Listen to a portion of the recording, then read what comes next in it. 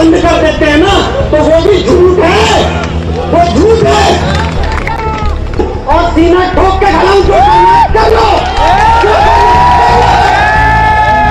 सच बोलना देशद्रोह है तो मैं देशद्रोही हूँ, मुझे जेल में डालो।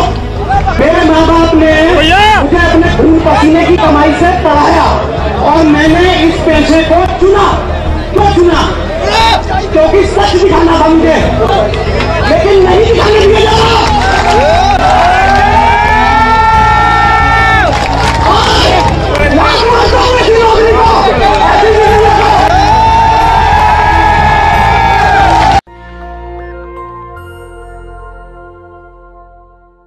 नमस्कार, मैं शंभू कुमार सिंह और आप देख रहे हैं नेशनल दस्तक। आज एक पत्रकार ने इस्तीफा दे दिया, ये बड़ी खबर है। लेकिन सबसे बड़ी खबर मेरे लिए ये भी है कि आज पूरी दुनिया में संत शिरोमणि रविदास महाराज को लोग याद कर रहे हैं, सम्मान दे रहे हैं। सोचिए, आज वो लोग भी उनको याद कर रहे हैं जो जाति के नाम पर इंसान को इंसान से नफरत करते हैं।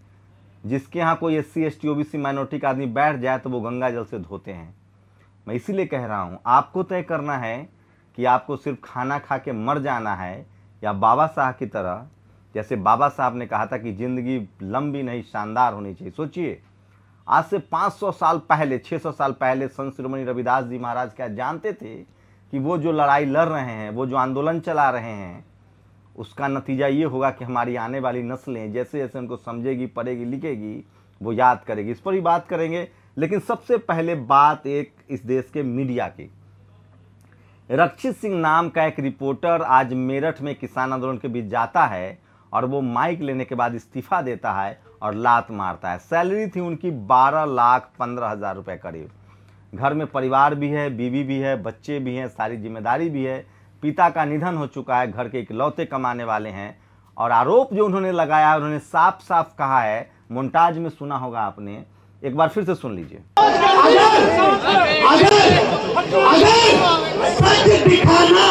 अगर सच दिखाना बंद कर देते हैं ना तो वो भी झूठ है, वो झूठ है।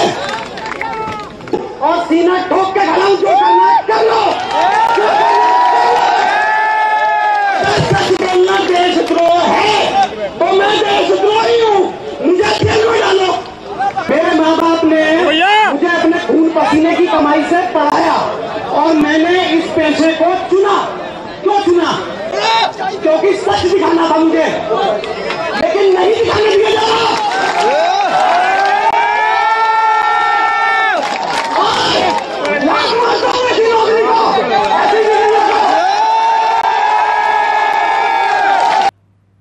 तो ये रक्षित सिंह साफ साफ कह रहे हैं कि उनको खबर नहीं दिखाने दिया जा रहा है। क्या ABP ग्रुप, आनंद बाजार पत्रिका, क्या इसके संपादक सुमित अवस्थी, रूबिका लियाकत, ये लोग सफाई देंगे? सोचिए, अगर यही खबर कोई कांग्रेस से या समाजवादी पार्टी से, BSP से कहीं से आती, किसी नेता ने इस्तीफा दिया, तो ये TV चैनल वाले खबर चलाते। अब जब एक पत्रकार ने गंभीर आरोप लगाया है, क्या इस पर कोई सफाई आएगा? कोई प्राइम टाइम शो होगा, कोई डिबेट होगा? अच्छा चलिए, ABP न्यूज का पत्रकार है, उस पर आरोप लगा, वो नहीं करेगा। क्या बाकी के चैनल इस पर डिबेट करेंगे? NDTV करेगा क्या?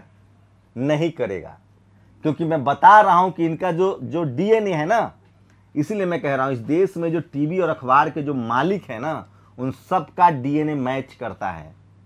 चंद्रशेखर आजाद रावण के टाइम मैगजीन में जगह मिलने पर जी न्यूज उनके खिलाफ खबरें चलाता है, वो भी ठीक है, लेकिन NDTV वो भी नहीं चलाता है।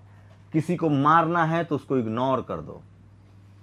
आलोचना तो फिर भी आपको जिंदा रखता है, लेकिन अगर इग्नोर करने वाला हो तो उसको मार दिया जाता है। आप सोचिए, हम लोग लगातार पिछले 4 साल से सोशल मीडिया के जरिए इस देश में SC ST OBC माइनॉरिटी के बीच कैंपेन चला रहे हैं कि आप मीडिया के प्रति अवेयर होइए, क्योंकि इस देश में हर घर में 2 कार्यकर्ता हैं, एक TV और एक अखबार। इस देश में किस तरह से कल्चरल हेजमनी स्थापित की गई। TV खोलिए, रेडियो खोलिए, सीरियल देखिए, सिनेमा देखिए, हर जगह जाति विशेष के लोगों का कब्जा है और वो अपनी चीज़ें आप पर थोपते हैं। इस देश के TV और अखबार ने किस तरह से लालू यादव, मुलायम सिंह यादव, मायावती, मान्यवर साहब, इन सबको करप्ट घोषित कर दिया। कैसे संत शिरोमणि रविदास महाराज को कहीं दिखाया जा रहा है? अभी 5 राज्यों में चुनाव है, टीवी को एजेंडे पर लगा दिया गया है, वो लगातार कैंपेन चला रहे हैं और वहां चुनाव जिताएंगे। क्या अब भी आप लोग को समझ नहीं आ रहा है कि कितना गंदी जगह है, कितना जातिवादी, मनुवादी, ब्राह्मणवादी, बायस्ड लोग हैं ये लोग? आप कल्पना नहीं कर सकते हैं। क्या रूबिका लियाकत इस पर बहस करेंगी? ये तो रूबिका लियाकत तो इस खेल की छोटी प्यादा है, बड़ा खेल है साहब, इसको समझने की कोशिश कीजिए। 5-5 हजार करोड़, 10-10 हजार करोड़ का खेल होता है एक एक टेलीविजन चैनल के में। लेकिन मैं फिर कह रहा हूं, पूरी दुनिया में पत्रकारिता होती है, पूरी दुनिया में कॉर्पोरेट मीडिया हाउसेस हैं, लेकिन इतना नंगा नाच नहीं होता है। वहाँ के लोग एथिक्स वाले हैं, वहाँ के लोग ईमानदार हैं, वहाँ डाइवर्सिटी है। बीबीसी में एक श्वेत एंकर भी है, मैं बीबीसी हिंदी की बात नहीं कर रहा हूँ, यहाँ भी वही सब लोग बैठे हुए हैं। मैं बीबीसी की बात कर रहा हूँ जो लंदन से चलता है, जो अंग्रेजी है। मैं बात कर रहा हूँ CNN का, वहाँ कितनी डाइवर्सिटी है, उसके बाद भी वो भेदभाव करते हैं मुसलमानों के खिलाफ। CNN ने बहुत गलत रिपोर्टिंग की, बीबीसी ने गलत रिपोर्टिंग की। वजह क्या हुआ? सद्दाम हुसैन, गद्दाफी जैसे लोगों को सत्ता से जाना पड़ा। सोचिए इस देश की जो हिंदी मीडिया है, हिंदी अखबार है, वो किस तरह का वर्चस्ववादी। अब तो उसके पत्रकार खुल के आ रहे हैं। इससे पहले विश्वदीपक ने जी छोड़ा था, उन्होंने इस तरह के गंभीर आरोप लगाए थे। तो ये इक्का दुक्का है, मामला दबा दिया जाएगा, लेकिन आपको समझना पड़ेगा। नेशनल दस्तक की लगातार कोशिश है कि आपको मीडिया से रूबरू कराया जाए। तो मैं फिर कह रहा हूं, ये जो किया है रक्षित सिंह ने, ऐसे इस देश, देखिए काम सब काम होता है, लेकिन जैसे आप सेना में नौकरी करते हैं तो जब युद्ध होगा तो भाग नहीं आएंगे ना, तो आप गद्दार कहलाएंगे। वहां भी तनख्वाह मिलती है, परिवार चलता है।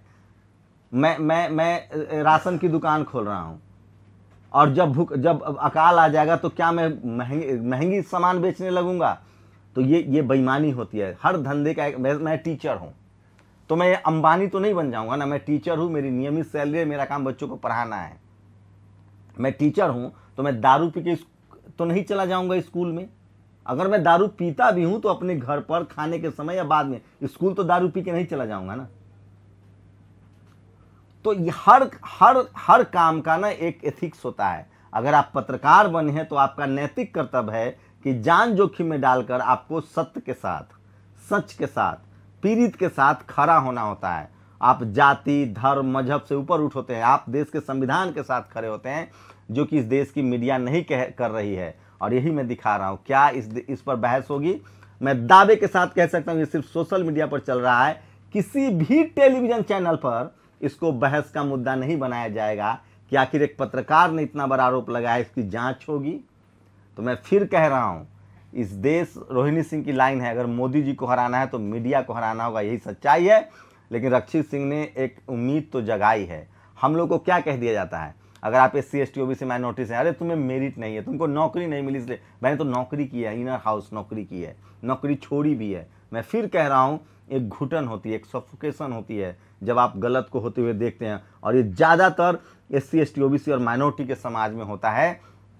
हमारे DNA में फूले पेरियार अंबेडकर है, हमारे DNA में संत शिरोमणि रविदास, कबीर और बुद्ध हैं, जिन्होंने हमेशा से सत्ता से संघर्ष किया है, विपरीत परिस्थितियों में अपनी ताकत दिखाई है। इस देश में अगर 10% भी डाइवर्सिटी हो जाए, SC ST OBC माइनॉरिटी के लोग पत्रकार बने तो ईमानदारी आएगी। मैं फिर कह रहा हूं, इस देश में जो हेजमनी है वो जाति के नाम पर है। 5% लोगों ने 90% संसाधन पर कब्जा जमा रखा है और इसीलिए सारी समस्या हो रही है। मैं फिर कह रहा हूं, रक्षित सिंह ने शानदार काम किया है। और आज सबसे बड़ी खबर है, पूरी दुनिया में संत शिरोमणि रविदास जी महाराज की धूम है, उनके नाम की धूम है, उनके काम की धूम है। और सोचिए वो लोग जो कल तक नाम नहीं लेते थे, जो पोड़ जिनका जातिवाद में डूबा हुआ है, जो आज भी शादी ब्याह आराध धर्म कर्म उनका जाति विशेष को लेकर होता है, वो भी संत शिरोमणि रविदास जी का नाम ले रहे हैं, क्योंकि बाबा साहब ने वो ताकत दी है, वोट की ताकत। लेकिन एक बात बता दूं, उनके मन में नफरत भी उतना ही है। आप समझ लीजिए, आपको समझना पड़ेगा। अगर आप नहीं समझेंगे तो देर हो चुकी। लेकिन मैं एक बात कह रहा हूं, मैं बहुत उम्मीद से हूं और मुझे लगता है कि हम सबको बहुत ही ऑप्टिमिस्टिक होना चाहिए, उम्मीद होनी चाहिए।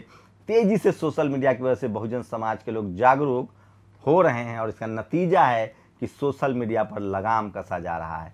दिलीप मंडल की कुछ पोस्ट है, मैं चाहता हूं कि एक बार पढ़ के सुना दूं, क्योंकि मैं बार बार कहता हूं कि सोशल मीडिया ही बहुजन मीडिया है। और आज की सबसे बड़ी खबर आपको बता रहा हूँ कि एबीपी न्यूज़ के पत्रकार ने जिस तरह से इस्तीफ़ा दिया है वो एक शानदार पहल है। इसके लिए उनको धन्यवाद करना चाहिए देश को, और उनको आना चाहिए सोशल मीडिया पर। लेकिन राजदीप सरदेसाई को देखिए, जलील होने के बाद भी वो काम कर रहे हैं। किसान मंच से एबीपी न्यूज़ के रक्षित सिंह ने 12 लाख की नौकरी छोड़ने का ऐलान किया। तो ये देखिए, उन्होंने पूरा ये वीडियो है, उन्होंने बोला है। और ये देखिए, दिल्ली में कॉलेज और यूनिवर्सिटी के अलावा सब कुछ खुल चुके हैं, जिम, मॉल, स्कूल, बाजार सब। किसान आंदोलन में छात्रों के शामिल होने और बेरोजगारों का आंदोलन खड़ा होने का डर बीजेपी को है। ये तो समझ में आता है अरविंद केजरीवाल बीजेपी के डर से क्यों डर रहे हैं। ये है, और उनके कुछ ट्वीट्स में पढ़ के बताता हूँ जो उन्होंने लगातार लिखा है। और मैं बार बार कह रहा हूँ कि सोशल मीडिया ही बहुजन मीडिया है, ये समझना पड़ेगा आपको। ये देखिए, मैंने बार बार कहा था कि फील्ड रिपोर्टिंग करने वाले को जनता जलील कर रही है। एंकर और मालिक एसी में बैठ के उनको जलील करवा रहे हैं। सारे एंकरों को रिपोर्टिंग पर भेजा जाना चाहिए, तब इनको अपनी हैसियत पता चलेगी। विनोद कापरी ने भी इस वीडियो को ट्वीट किया। तो आज की सबसे बड़ी वीडियो है, ये देखिए, ये वो वीडियो है जो मैं आपको सुना रहा हूं, जो मेरे एडिटर सुनाएंगे आपको, मोन्टाज में भी है।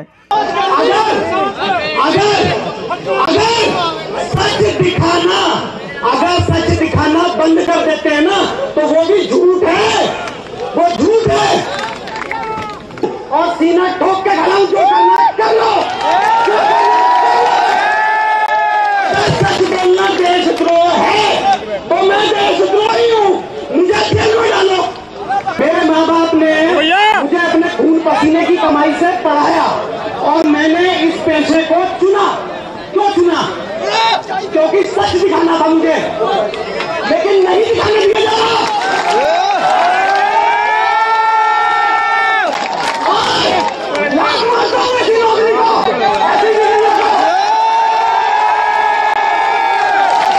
कि किस तरह से उन्होंने साफ साफ आरोप लगाया कि सच दिखाने से रोका जा रहा है, और किसके इशारे पर कौन रुकवा रहा है, ये किसी से छुपा हुआ नहीं है।